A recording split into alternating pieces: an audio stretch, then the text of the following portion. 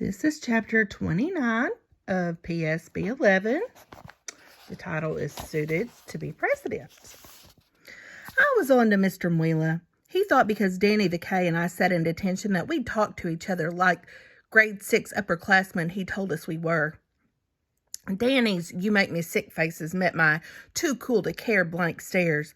The only thing I cared about at the moment was if Mr. Mwila saw this as an opportunity to call my house. The more I thought about Big Ma getting that phone call, the more I regretted being in detention with Danny the K. I missed being in class where everything was happening. Plus, I had to save our group from Ruka Marshall and women running for president. If New York City had never had a woman as our mayor, how would the country elect a woman to be president? Oh, my kitty wants to join in. The detention aide got up from her desk and sternly warned us, Mr. McLaren and Miss Gaither, to be on our best behaviors while she left the room for a few minutes. I glanced up at the big clock, whose minute hand never seemed to move in spite of the second hand winding around and around. I looked down at my Timex. 4 more minutes before I could join my class. And what if Pa decided I couldn't go to the Jackson 5 concert because I was shouting, "You're pie-baking mama," in social studies like a dice-throwing hoodlum? I thought of how I wanted the one thing that seemed hardest to get. I wanted Mr. Mwila to think better of me. Danny the K pursed his lips. I thought to make kissy smacks, but he would be the last person on this earth to blow kisses at me. At first, I only heard pitchy whispers stabbing the air around me. Then I saw Danny's spit shooting through his puckered lips. The whispers grew louder, clearer, until there was a tune I knew. With his eyes sparkling like beady marble shooters, Danny the K whistled that stupid TV dolphin song, and he dared me to do something about it. I crossed my arms and looked away.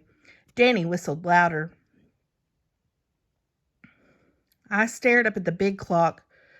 My too cool to care face wasn't holding up. I pinched a chunk of my arm and gritted my teeth. My ears were getting hot as he leaned forward.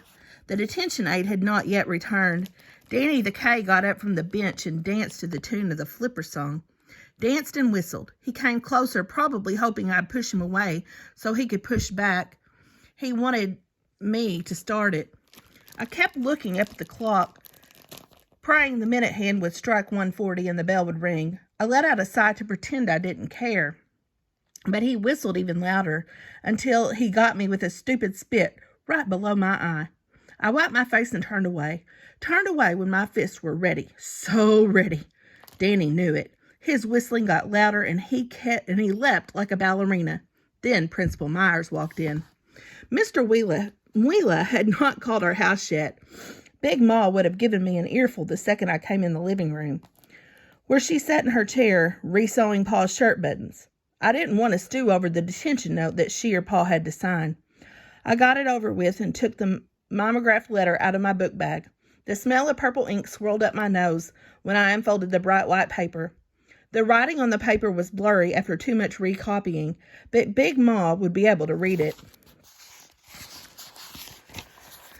This was the second detention letter I'd brought home. The first was from punching Ellis in the jaw last year. I braced myself for either the scolding or the sting of Big Ma's right hand.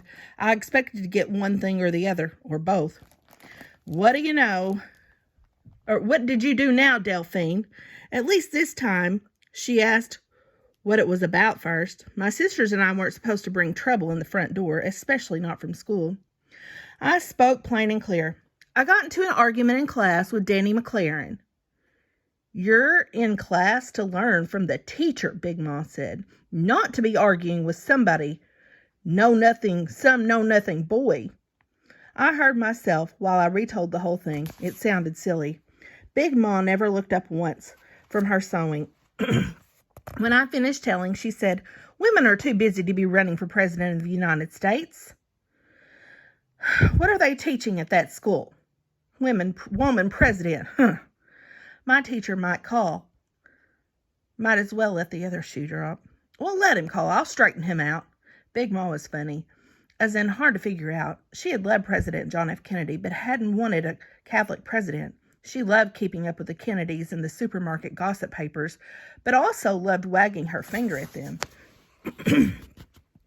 I remember the president's brother, Robert F. Kennedy, came to Bed-Stuy a lot before the riots and after. His visits were always in the newspapers. Back in spring, when I was in 5th grade, just months before he, like his brother, was assassinated, Big Ma put on a church outfit to hear the senator speak. Vonetta Fern and I asked if we could go with her, but she said it wasn't a meeting for kids.